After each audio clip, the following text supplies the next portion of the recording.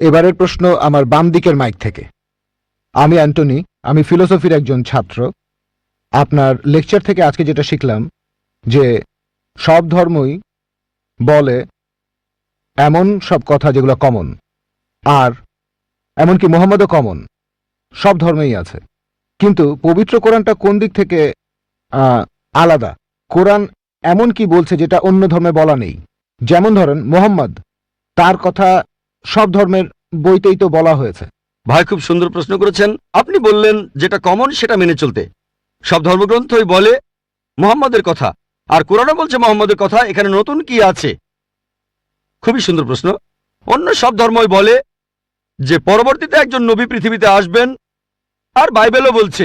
আপনি তো খ্রিস্টান, সম্ভবত আপনি পবিত্র বাইবেল পড়েছেন। গসপেল অফ জন 16 নম্বর অধ্যায়ের 12 নম্বর থেকে 14 অনুচ্ছেদে আছে, ঈসা আলাইহিস সালাম শিষ্যদের বলছেন, আমি তোমাদের অনেক কথা বলতে চাই, কিন্তু তোমরা এখন সেটা বুঝতে পারবে না, কারণ যখন সত্যের আত্মা তোমাদের সামনে আসবে সে তোমাদের সত্যের পথে নিয়ে যাবে।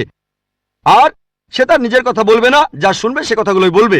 সে তোমাদের ভবিষ্যতের কথা বলবে, সে আমাকে মহিমান্বিত করবে। তার মানে সব ধর্মগ্রন্থ, হিন্দু, পার্সি, বৌদ্ধ, ইহুদি, খ্রিস্টান সবাই বলছে একজন নবী পৃথিবীতে আসবেন, একজন নবী আসবেন। কিন্তু কোরআন বলছে ইনিই সেই নবী যার উপর কোরআন নাজিল হয়েছে। সেই নবী চলে এসেছেন।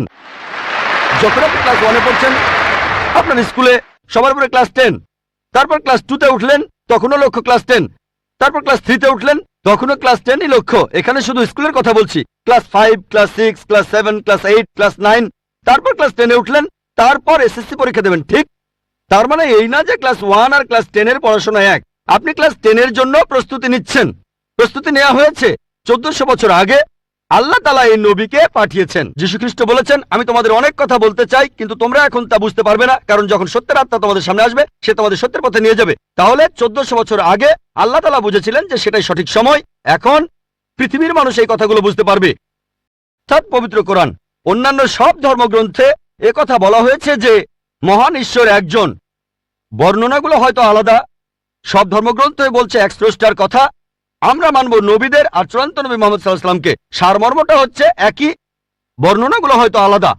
আর পবিত্র কোরআনে সূরা মাইদা 3 নম্বর আয়াতে বলা হয়েছে, আজ এই দিনে আমি তোমাদের দিন পূর্ণাঙ্গ করলাম, তোমাদের দিন মনোনীত করলাম ইসলাম, তোমাদের প্রতি আমার অনুগ্রহ সম্পূর্ণ করলাম পুরো মানুষ জাতির জন্য। পবিত্র কোরআন নাজিল হওয়ার পর নতুন কিছু যোগ করা যাবে না, কোনো কিছু বাদ দেওয়া যাবে না। আমি এই কথা আগেও বলেছি। আপনারা তো বলেন ওল্ড টেস্টামেন্ট আর নিউ টেস্টামেন্ট, পবিত্র কোরআন হলো লাস্ট টেস্টামেন্ট। তাহলে পার্থক্যটা হলো এই পবিত্র কোরআন হলো শেষ কিতাব, আল্লাহ তাআলার নাজিলকৃত লাস্ট টেস্টামেন্ট। আপনারা বলেন ওল্ড টেস্টামেন্ট আর নিউ টেস্টামেন্ট। পবিত্র কোরআন হলো লাস্ট টেস্টামেন্ট। অন্য সব ধর্মগ্রন্থ সেগুলো বলছে একটা বইয়ের কথা। পবিত্র কোরআন মুহাম্মদ সাল্লাল্লাহু আলাইহি সাল্লামের ক্ষেত্রে একই কথা। অন্য ধর্মগ্রন্থ বলে যে নবী মুহাম্মদ আসবেন। ইসলাম আমাদের শেখায় আল্লাহ নবীর কাছে যে কিতাব নাজিল করেছেন আর আমাদের নবীজির হাদিসের মাধ্যমে, এটাই হলো চূড়ান্ত ধর্ম পুরো মানুষ জাতির জন্য। আদম আলাইহিস সালাম থেকে প্রথম মানুষটা থেকে শেষ দিন পর্যন্ত এখনো আছে, শেষ পর্যন্ত থাকবে। অন্য সব ধর্মই বলছে এক ঈশ্বরের কথা, বলছে যে শেষ নবী আসবেন। আপনাকে এটা মানতে হবে, এটা মানতে হবে, প্রয়োগ করতে হবে, তাহলে সত্যিকারের খ্রিস্টান হতে পারবেন। সেজন্য আমি বলি, ইসলাম আর খ্রিস্টান ধর্মের সাদৃশ্যের উপর আমি একটা লেকচার দিয়েছিলাম। সেখানে প্রমাণ করেছি যে মুসলিমরা আমরা খ্রিস্টানদের চাইতে অনেক বেশি খ্রিস্টান। খেয়াল করে দেখবেন, আমরা যীশু খ্রিস্টকে সাধারণ খ্রিস্টানদের চাইতে অনেক বেশি মানি। আমার ভিডিও ক্যাসেট দেখতে পারেন, ইসলাম ও খ্রিস্টান ধর্মের সাদৃশ্য। এবারের প্রশ্ন আমার বাম দিকের মাইক থেকে। স্যার, আমার নাম এল রবিশঙ্কর শ্রীধর। আমি বর্তমানে বিইডি কলেজের প্রিন্সিপাল হিসেবে আছি। আমি অন্য ধর্মগ্রন্থগুলো পড়েছি, যেমন বাইবেল, কোরআন, হাদিস ইত্যাদি। এছাড়াও আমি মুসলমানদের নামাজ পড়ার নিয়মও শিখেছি।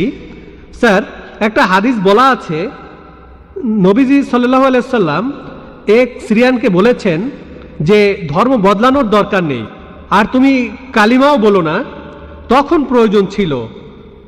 তবে এখন দেখি যে পৃথিবী অনেক বদলে গেছে, আমাদের সামাজিক অবস্থান বদলেছে, এছাড়া আমাদের সমাজও বদলেছে।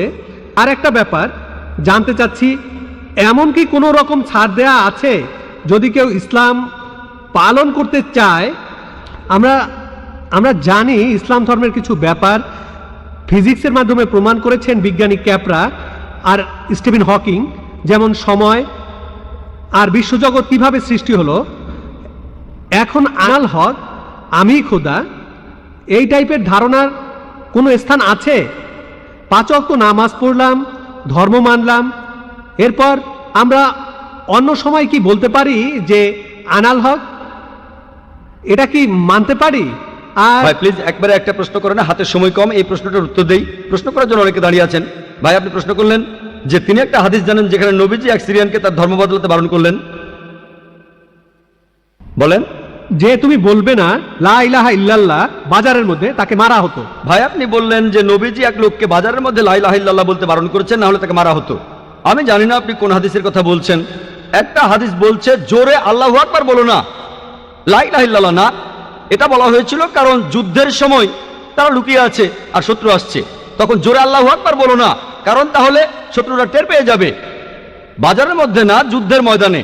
আরেকটা হাদিস বলছে জোরে বলো যাতে অন্যান্য মুসলিমরা উৎসাহিত হয়, তাই পরিস্থিতির উপর নির্ভর করে।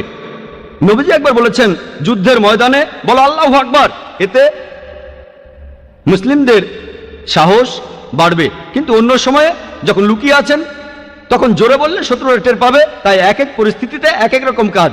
আপনার প্রশ্নে আসি, ইসলামের পাশাপাশি অন্যান্য জিনিস মানা যাবে কিনা, যেমন সক্রেটিস বা অন্য কারো কথা বা কোনো বিজ্ঞানীর কথা। এছাড়াও আনাল হক, ইসলামের পাশাপাশি অন্য বিষয়ের ব্যাপারে বলি, যদি সেগুলো কোরআন আর হাদিসের বিরুদ্ধে না যায় কোনো সমস্যা নেই। যদি সেটা কোরআন আর হাদিসের সাথে মিলে যায় সেটা আমাদের মানতে হবে।